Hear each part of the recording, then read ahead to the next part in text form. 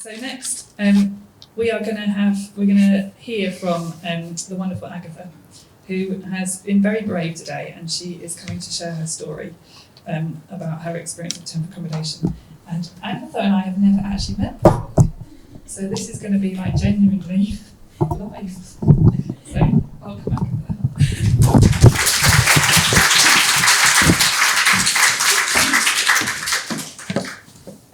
So, you look very glamorous. Thank you. You're putting me to shame. But thank you so much for coming today. So, Agatha, I'm going to ask you a few questions, is that all right? Yeah. So, first of all, where are you from? Where would you say you're from? Like anywhere in the world, in the country? Yeah. I'm from Malawi, in Africa. In Africa, very cool. When I ask my kids where they say they're from the M62 corridor. So we've just moved up and down it over the years. So, great. So you're from Malawi originally? Yeah. And when did you come to the UK? I came to UK in 2009, and I came here as an actress. Back in my country, I was a journalist, but a little bit of an actress, because acting is not a career, so it's just a hobby. So I was lucky to audition for the play called Messi Madonna. If you know Madonna, the actress, she adopted children in Malawi. So we were acting that play on stage in the Edinburgh festivals in 2009. So that's how I ended up in the UK. Oh, so proper talented. Wow. What's the Fringe like? I've never been. It's artists all over the world. You just meet in Edinburgh and showcase your talent, and you win, and you go home. Oh. But I didn't go home. But you didn't go home? No. So I could go to Edinburgh as a geek rather than So what happened then? You did your wonderful play, and then what happened? So I looked at life here, because where I was coming from, the director that came to audition us, he knew where I was coming from. And when I came here, I was like, wow, life is different. So I did ask him if I could stay. So I said, oh, wow, if you can sponsor yourself, your status, your visa status, you're allowed to stay. So I stayed. Okay. I wanted to start a new life. I wanted to be different, because I had gone through some traumatic experiences back home. Yeah. And I had always wanted to start my life again, to find myself and find who I want to be. But where I come from, those chances are 1 out of 10. So when I came here and saw how life was, I thought, you know what, I'll stay, because I want to start afresh. So I stayed. Okay, very good. And so then, what happened next? Now, I looked for friends, the ones I was in school with, and one of them was in Bradford, and they let me stay with them for a while. Now, when I was in Bradford, I was really unwell. Even when I was back in my country, I was in and out of hospitals. So my friend said we should go to the GP to register, and I had thought I could be HIV positive, because I was sexually abused by a family member for years and years when I lost my parents. But I was scared to know it when I was back home, because I thought I would just end my life, because stigma is really tough back there. So when I went to the GP here, and they did all the examinations, the bloods, and they found out I was HIV positive. So at this point, I just needed help. I wanted to be alive. I wanted to be healthy. So they referred me to an HIV clinic in Bradford, where they started me on treatment. According to the results that they found, my CD4 count was really low, below 100, which I've lived with the virus for years and years. So your CD4 count, for those of us who aren't in the medical jargon world, which you now are, is a measure of your immune cells. So a type of immune cell in your blood. And HIV attacks that immune cell particularly, and so it's a measure of how strong the virus is in the blood. So your count was very, very low, quite dangerously low. Yeah. So according to them, if the CD4 count is low like that, below 100, it means you've lived it for a long time. Yeah. Of course, I got a diagnosis in 2009, but I know I've been living with the virus since I was 12 years old, because that's when it started happening. Okay. So that's why it was really low. Okay. So I decided to stay, but I was scared to disclose the status to the people I was living with, because obviously they're African, and I know how tough HIV stories are. Yeah. So I just kept it to myself until one day they found my medication, and I came from being a good person to a disease, and I was chased out of the house. So I had to go on social media and start looking for people I could live with. So in short, to cut it short, I've gone all over really. I've been a tourist in the UK, not by choice, but by HIV. Every time somebody finds out about my status, they move me out of their house and I move to another person, they move me out. Until now, when I'm settled now in Manchester, and that's when I was like, let me start my life now. Yeah. Okay. So the reasons that people end up homeless are really complicated, aren't they? And your story, I'm so grateful for you sharing it today and for being so brave. But that kind of pattern where there is no security in housing, so people move and then move and then move again, is a pattern that we see in that journey, almost slightly regardless of the reason it started. Does that make sense to you? So what was it like moving constantly? It was hard, first of all, because I had started my extension of visa because I didn't want to live illegally. And every time I have to go back to the Home Office and change my address and tell them where I'm up to, why I'm there. And also finding new places, also living in fear, I should say. Because every time I'm in somebody's house, I'm thinking, if they find out about my medication, where am I going next? So I wasn't really myself. My life, I was myself to people, but inside me, I was lonely and I was still looking for somewhere, some stability. And so, did you end up in the temporary accommodation system at any point? No, not then. So in 2006 then, in 2016, I gave birth to my child. She was born 23 weeks, very premature. And when I was there, the Home Office still hadn't sorted out my visa. They were still saying, you have to go back home. But I didn't want to go back home. So knowing that my child was born really premature and I can't take her back home, I thought, okay, let me just go and seek asylum. So I called the Home Office when I was pregnant. I said, okay, I want to seek asylum because I want to stay. I'm pregnant, I've got a child. Yeah. By then, I didn't know she was going to born premature. Then they said, okay, they booked me a date where I could go to London and seek asylum. Before the date, I gave birth early and I went to the hospital. Now, the doctors had to change my appointment date because on that particular day, my daughter was bleeding inside and I couldn't leave and go to London. No. So the doctors had asked the Home Office if I could stay. Then they said, okay. But that same day, the officers came to the hospital looking for me. And I'm with a child in the incubators. The Home Office are looking for me because they know where I am because I've been communicated. So the doctors and nurses had to protect me and say, you can't take a mother when she's got a child in the hospital. They left. And now they changed from me going to London. I had now to go to Dallas Court where I did my first interview of asylum. And when my daughter was out, she stayed in the incubators for 105 days. And they found me a bed sit in Oldham. So I was given a SECO accommodation in Oldham. But the house was so tiny and it had mods and it had everything that my daughter didn't need at that particular time because she was still learning to breathe. Everything was just... So the doctors had said no, she shouldn't stay in that accommodation, but there wasn't any. So we still stayed there until when she was one year. So she was playing, because everything was just there, small TV there, small bed there, and she was playing. She tangled herself in wires, and then the housing officer came in. So she was like, no, we need to move you. So a week later, they found me a 2-bedroom house in Oldham again, in Chadderton.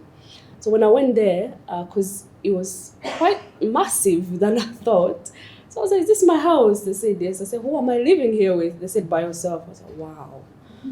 So that's good. Yeah. So that was a good day. It was. Yeah. So we started our life and it was really hard because I was going to the hospital appointments still every single week. And on asylum, you get only £5 a day. And life was really hard. Yeah. So the interplay between the asylum system and the homeless system is kind of matching, basically. So if you go through the asylum system, you're into home office accommodation, which is also temporary accommodation. Yeah. It doesn't actually count in our temporary accommodation figures. So the figures that SAWN walked us through is only people who are on temporary accommodation, not in the asylum system. And tracking families in the asylum system is another rabbit warren, really. But when you come out of the asylum system, then what happens? Or how long did that last? I stayed in the asylum system for 7 years. So I just got my decision, my leave to remain in the UK last year in August. Right.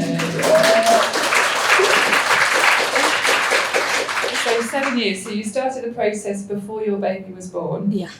And then all the time when you're having to go, when your baby's in special care, which is incredibly difficult for any parents, having a baby in special care, particularly that tiny. And then 7 years. Yeah. So during that time you can't work, can you? No, I couldn't work. Now, my brain can't deal with silence. My brain can't deal with quietness. I have to be doing something. I have to give myself a purpose. So I started volunteering in my community. So I volunteered with lots of organizations supporting women going through the same situation I'm going through, and supporting women going through HIV and newly diagnosed. I ended up having my own project in the community called Agatha Space. I am supporting African women living with HIV. And I'm also doing Oldham system change, Greater Manchester system change, because all these we're hearing right now, you can see there's a fault somewhere in the system, and it's us who can change that. So I joined the system change to try and fix things that we are struggling with, because to be honest, not all policymakers have gone through what we have gone through, but they make decisions for us. So we need to be part of that and highlight the issues that are affecting us. Because you can only feel pain if you've ever been hurt. If you've never been hurt, you don't know how it feels to be in pain. So I've been in pain and want to be part of that. So when you did get your leave, so all the 7 years in the Home Office temporary accommodation, so not working, below the poverty line, way below the poverty line because of the £5 a day. Yeah. You're bringing up your daughter, and she's getting bigger and bigger and bigger. Yeah. And then what happens when you got leave to remain? What happened then? So all this time, I was giving my child hope that one day we'll come out of this whole process. Because in a circle house, everyone has keys for your house. They come anytime they want. You can't say no. So my daughter is struggling with, we think she's got ADHD or autism, so she's still going through to find out what is it really. So she struggles with noise or shocks. So every time she hears a knock, she's like, "Mom, when are we going to leave this house? When are we going to have our own house?" Like when we get a decision to stay, we're going to start our own life in a new house. Now, we received a decision. I wish I could have shown you the video, how she was excited. She was so happy. And then I had to tell her in advance that it's going to be a process. We're going to move out of this house and we're going to go to a temporary accommodation, and then they'll give us our own house. So she was okay with that. And then we waited for Home Office to give me an eviction letter. It took about 6 months. Normally it's supposed to take about 2 weeks.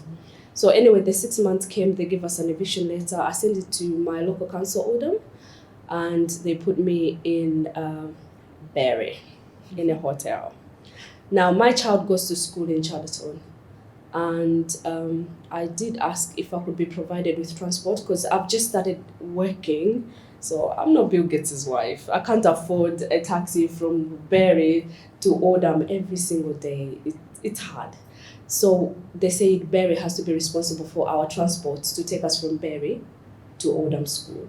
When we contacted Phiri said, "You are not our responsibility. You came from Oldham, so Oldham has to look for you." Now, I just started using my own money to take my daughter to school, but my account now was going down. I was spending over £100 a day. Now I had to tell the school, okay, this is my account. I only had, I think, £80 then. I said, this is my account. I can't afford to take my child to school anymore. So I'll use this money that I have for her food. She's not coming to school anymore. So the school said, okay, we're going to look for transport for you so they can be picking you up from Phiri and come back to Oldham, but it's just going to be for this week. This was on the 9th of May. I was booked to the hotel up to 17th of May. So on this, I think on the 15th of May, I thought, okay, I've tried to use the right way of communicating with people responsible to help me with my situation, but I can't fight this on my own anymore. So I went on Twitter So I put a post really with everything that happened, how things were at that time. And that's when these guys now jumped on my tweet. Like, yes. So I really didn't know much about who is supposed to provide for my transport, who is supposed to do what, because obviously I'm coming from a different system to a new system. So they were the ones now telling me, no, you need to do this, tell them this is what you're supposed to do, this is what you're entitled. So they were like opening my eyes like to see the real things that I'm entitled to. So eventually the leader of Oldham Council, she contacted me, and they had taken my tweet up as well. So now it was like, oh my God, what's going on? So now she contacted me and said, okay, we'll see what we can do. Now her office contacted me as well. And on a Friday, on the 17th, they gave me a different accommodation in Oldham. I'm now in a bed seat in Oldham. I am back. So I think that's really, I mean, there's so much in Agatha's, like, it's not a story, is it? Because it's real. It's real. Yeah. But that shift where people go into temporary accommodation and children are placed outside of their local community, we see that repeatedly. So we see it moving, even within a borough. You know, our public transport is not brilliant, is it, up here? So if you move kids too far, we do see this problem with going to school. And how do you resolve that? And this hotel bit. Now for you, because you were, forgive the words, brilliant, feisty, I'm going on Twitter, I'm going to advocate for myself, I suspect you got intervention earlier than a lot of other families. Yeah. And that line of like, my kid just can't go to school is one we hear quite a lot. So you're now in Oldham. Yeah. Back in Chedderton with Big Asda? Not really in Chedderton. I'm near Madlow. Oh, nice. Yeah, so I am there, and we are opposite a drug and alcohol rehabilitation center. She's in them. She came to my house and she was like, oh my God, there's chaos outside. I said, yeah, that's my life now. So like I've said, my child struggles with noise, struggles with shocks. She can't have guests. We are not allowed to have guests. We are being monitored on CCTV every time. Her birthday is tomorrow. Now, this was me telling her, when we move out of the house, the asylum house, we're going to have a birthday. I'll be working. I'll give you the best birthday you've ever expected. Her first birthday after we have left the asylum system is tomorrow. She can't have friends. We cannot celebrate her birthday. Like, everything that I had promised her, it's not going to happen because I am in a temporary accommodation. Now, think of how you plan for your child's birthday, how you get excited. But for me, just going to be two of us in the house because that's my reality. It's a story, but it's my real life. How old will your daughter be tomorrow? 8. 8? Yeah. Oh, exciting. And is she settled in school? Yeah, she's still in the same school. We're still going to her school. So what was remaining now was to have a bidding number. Whew. It was hard. You think when you have applied you have put everything on the application form, you think, okay, I'm going to get a bidding number now so I can start bidding for houses. It took a while. They had tried, emails, calls. If they could have just told me we did, maybe I wouldn't have believed, but I was there making calls, sending emails, and no one was getting in touch. What is really happening? Why is she not having a bidding number? No one was communicating. So yesterday, I did something crazy. So I was done. I believe if we need change, we need to make that change. Let's not wait for anybody to make that change. We have to. We are the ones we have been waiting for. So we need to take action. And yesterday, it was that day I said, why am I waiting for people to do it for me? I will do it myself. So I sent an email. I think it was 15 people from the top of Oldham Council to the down. I had just put all of them in one email and I explained my story from the beginning to the end. I sent it 7 a.m. By 9 a.m. my phone was like a reception. Hello. By 9:30, I got a bidding number. But that is me because I'm empowered. Yeah. Because I know what to do. I give chances. I'm not the only homeless person in Oldham. I cannot just come to a temporary accommodation straight away. Yeah, give me a bidding number. No, I need to follow the protocol, the procedure. How does it go? But then when that is not working, now you look at, what can I do? You start looking for charities like this. Now, if they are also trying and it's not happening, you move now to a next step, and that's exactly what I did. But how about other people who can't speak English, who are not empowered like me, who can't do what I do? How does that go? I've got a bidding number now, but I know a woman who has been like that for 6 months, and I couldn't celebrate it that much because she was there when I was getting the bidding number. I was like, I've got a bidding number. Because she's there, I can't celebrate. She's still fighting the same battle. Now, this is the real life that's happening there. Now, I've got a bidding number. I went online to start bidding. There's no houses. That's a real situation. And I was like, what was that about? That whole email, what was it about? There's no house. What did I do? But yeah, I'm there now. A house will come up at some point, I'll get it. But there is no houses. And watching that video there, I was crying there. I was like, that's real life. It's a video to some, but it's real life to a lot of people. When I was coming here, my friend said, what are you wearing? I said, I'm going to wear high heels, a sword. She goes, no, you have to look homeless. I was like, I've been a suit, but this is how 2024 homeless people look like.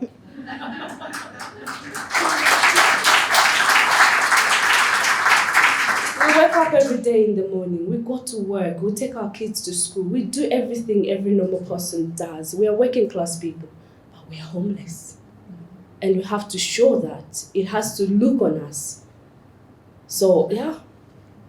So 8 years in, you're still in the system. Yeah. You have the magic number that doesn't take you anywhere at the moment. No. But you're in the system. Yeah. And you're in brilliant Oldham, Yeah. which is even sunny today. Yes. You are an amazingly passionate woman, and I am in awe of your resilience, organisation ability. I can imagine the council response yesterday when your email went to 15 people. What do you hope, want, determined that your life will be like in the future? What's your dream for a future? I want to have stability. That's it. Yeah. I want to have stability. Yeah. I've been living a life of today, but I've got dreams, I've got ambitions. I want to be somewhere in life. I want to see my child differently. I want her to experience a good life because she's living a life that I lived. I don't want her to experience that. I don't want her to live that. I'm going through all this so she can have a better future. She doesn't have to go through it, but she's in there. She's looking at everything we are going through. But that's not what every parent wants. We all want the best for our children, and that's what I want. If I had a magic wand, I would ask for equality. We all have to be equal. We have to have stability. I need to go and experience a holiday. I don't know what a holiday looks like because I've never had any. And I was thinking when I have my decision, we'll be able to travel somewhere, or even if it means Blackpool, let's just go to Blackpool. But we can't because we have to stay in the house every single day. And yeah. Stability. Blackpool. Yeah. Can you imagine if you had that? What would it be like? Wow. It's a dream come true, really. But I'm a people's person. So, and I know even if I have that and I still see people struggling, I will not be that satisfied. Because I would want everyone who is in my situation to live like me. But in real life, that's not possible. But the little that we are doing, this and this, I feel like we're going to be somewhere one day. And we are trying our best. But I try sometimes to think selfishly, to think just about myself. It doesn't happen. I still have to think of others. So yes, that will happen if stability comes. I got more money coming in. I got my child sorted out and everything. I think I'm going to jump on helping others as well. Great. Yeah. That's amazing.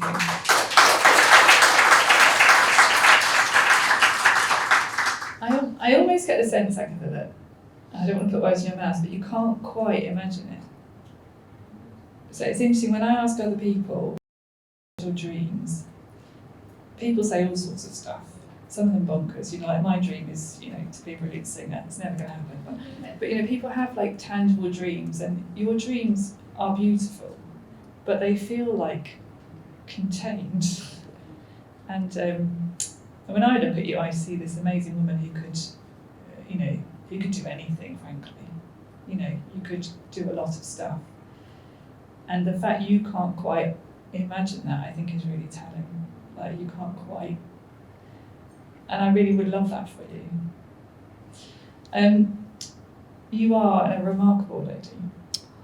Thank you so much. Cry. Yeah, no, genuinely remarkable. Your life is incredible. You have generosity, courage, persistence, vision, talent, kindness, and that is incredibly special. We're going to have a coffee break. We're just going to change the timetable around a little bit, so we're going to have a coffee break in a minute. But has anyone got anything they'd like to ask Agatha or say?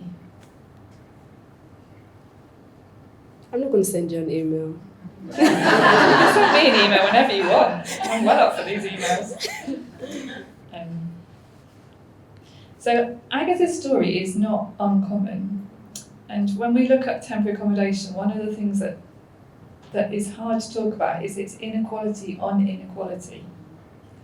So when we look at temporary accommodation, you're more likely to end up in temporary accommodation if you are from a BAME community. We have a problem in this country with colour. Yeah. We do. You're more likely to end up in temporary accommodation actually as a female. You end up stuck in it quite a long time.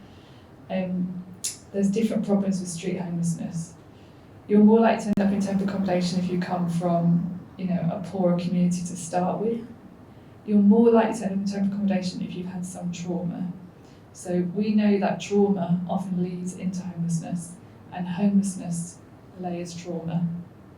So when you look at the stories of how people end up in temporary accommodation, it is often relationship breakdown, abuse, domestic violence. And one of the coming out of the asylum system is inevitable. Like, that shouldn't be inevitable. We could connect those systems up. We saw a child at the crib a couple of months ago who was 12 and had never been in his own house because he'd gone from one system to the next system to the next system. That is a whole childhood. And when you're talking about, I just want to take my kid to Blackpool to stay overnight, that is not an unbelievable dream, is it? I want to eat chips by the sea. I want my kid to go to the same school. I want to have the same friends. I want them not to have the life I've had. That is beautiful, but is not unrealistic and should not be unrealistic.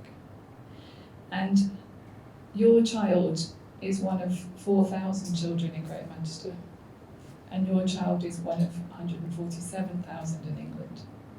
And if we could get them all here, they'd probably all have as amazing stories.